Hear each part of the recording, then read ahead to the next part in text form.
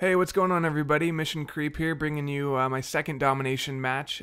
This is a game on Scrapyard using the P90 silenced, sleight of hand pro, stopping power, and ninja all pro.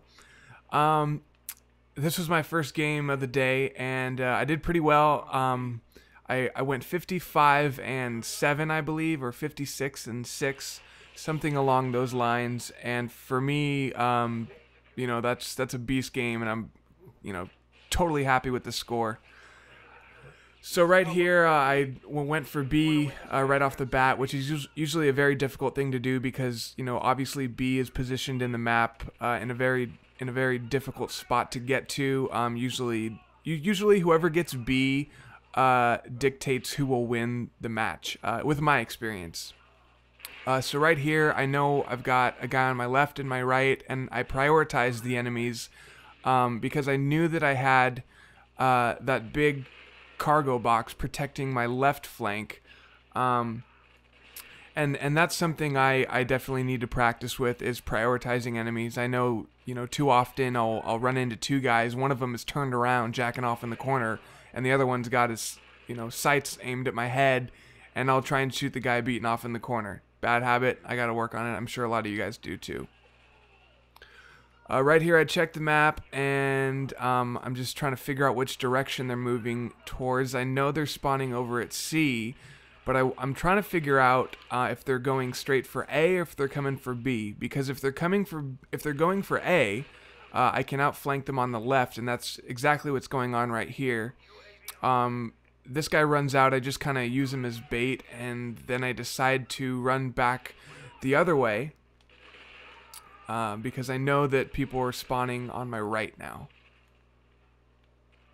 So up here, that was a very lucky kill. I got saved right there, and this is where it actually starts to get going. I ask my teammates to cover me, because after this kill, I'll know I'll have a Harrier, and as you guys know, once you get a Harrier, you are pretty much guaranteed your third kill streak, or second, or whatever it is, and in this case, it's a Pave Low, and when you got the Harrier and the Pave Low going on, or the Harrier and Chopper Gunner,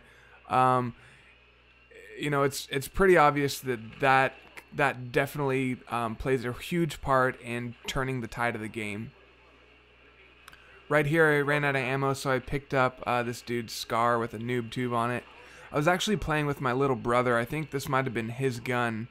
I think I actually kill him with it maybe 3 or 4 times. Right there, I see the javelin going up. I wish there was some way I could counter that javelin, because once it's up there, you're kind of screwed. So at this point, I know there's 2 or 3 guys trying to cap B. So I'm hiding behind this truck and just praying nobody throws a Semtex on it, because that truck is able to explode.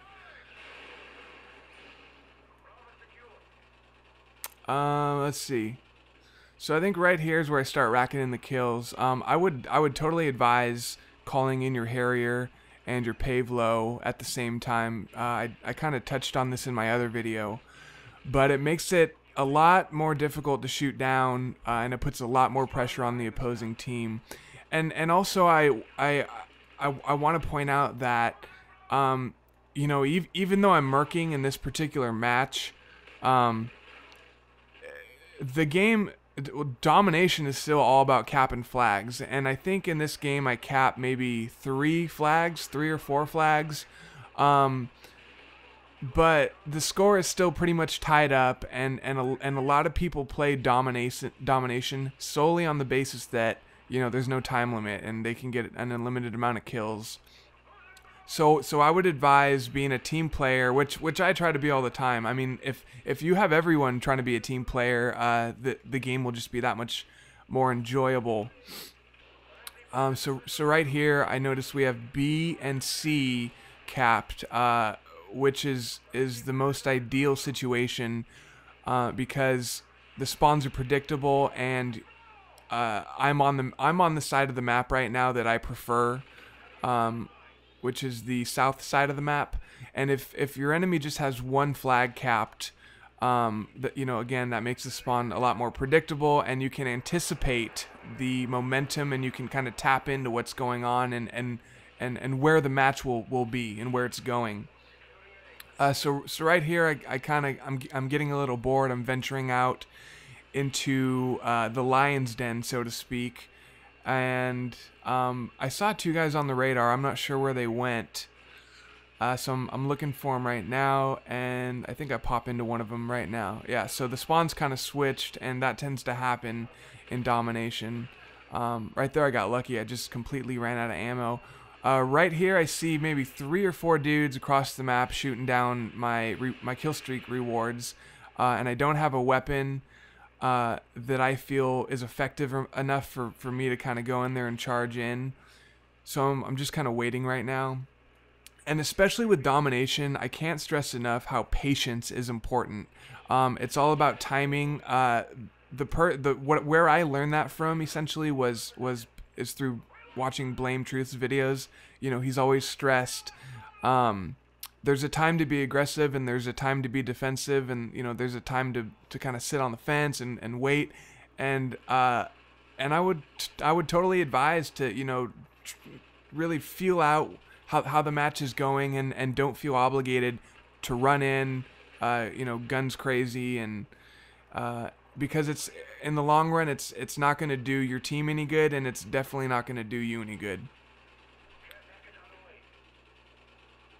So right here, I think I'm using the Raffica or the Radica, and this is just a badass secondary weapon. I mean, this gun is very, very powerful. I haven't used it at all, really. I think I've used it once, and I think it's a great long range option. I know it's a secondary weapon, but I would argue that it's an effective long range option when coupled with, say, an SMG. I think that was my brother. Yeah, I just shot my brother. So if you're running, say, a P90 or an SM or any other SMG, and you want a long range option, I would argue the Raffica is a great decision to make. So I don't know what this guy was doing, and I don't know if you've noticed, but people with last stand or final stand, I mean, you got to put like 7 bullets in it, because there's this period between the animation when they're going down to the ground that they're invincible, and I've died many times because of that, and it really frustrates me. So one thing I'm working on is when I see people going into last stand, I don't automatically reload. I know that's a very common thing a lot of people do, and also I'll notice that if one person has last stand in the match, I need to make a conscious note, I need to make a mental note that everyone I kill potentially has last stand or final stand on, and that the battle isn't over until I see, you know, the +100 or +50 pop up on the screen, because I think to most of us that's a visual indicator that the enemy has died, and I think people need to start relying on that more than they do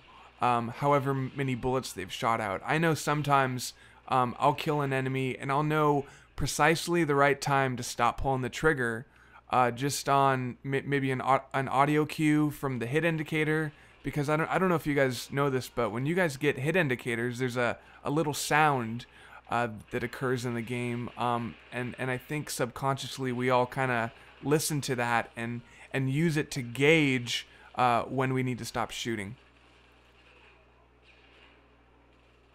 So right here, I see that we have 2 flags capped, and they're spawning over on the east side of the map, and I'm kind of behind their spawn. Well, I'm not really behind their spawn, but the way they're running away from me. And I think Predator Missile is a great kill streak reward to have on this map, not because of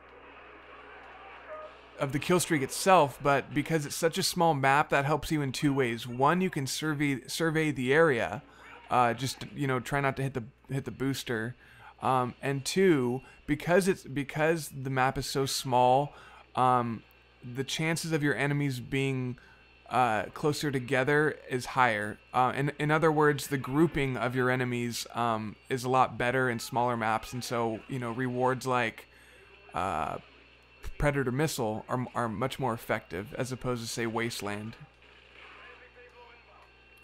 So as the match is kind of coming to an end, just to recap, when playing Domination, don't be afraid to play a number of roles. You can be the offensive guy, the rushing guy, the cap guy, the defensive guy, the support guy. There's so many roles to play, and so you don't have to feel obligated to kind of run around the map and fill one particular role. What you should do is kind of gauge what roles are being filled, and from then choose one that you need more of.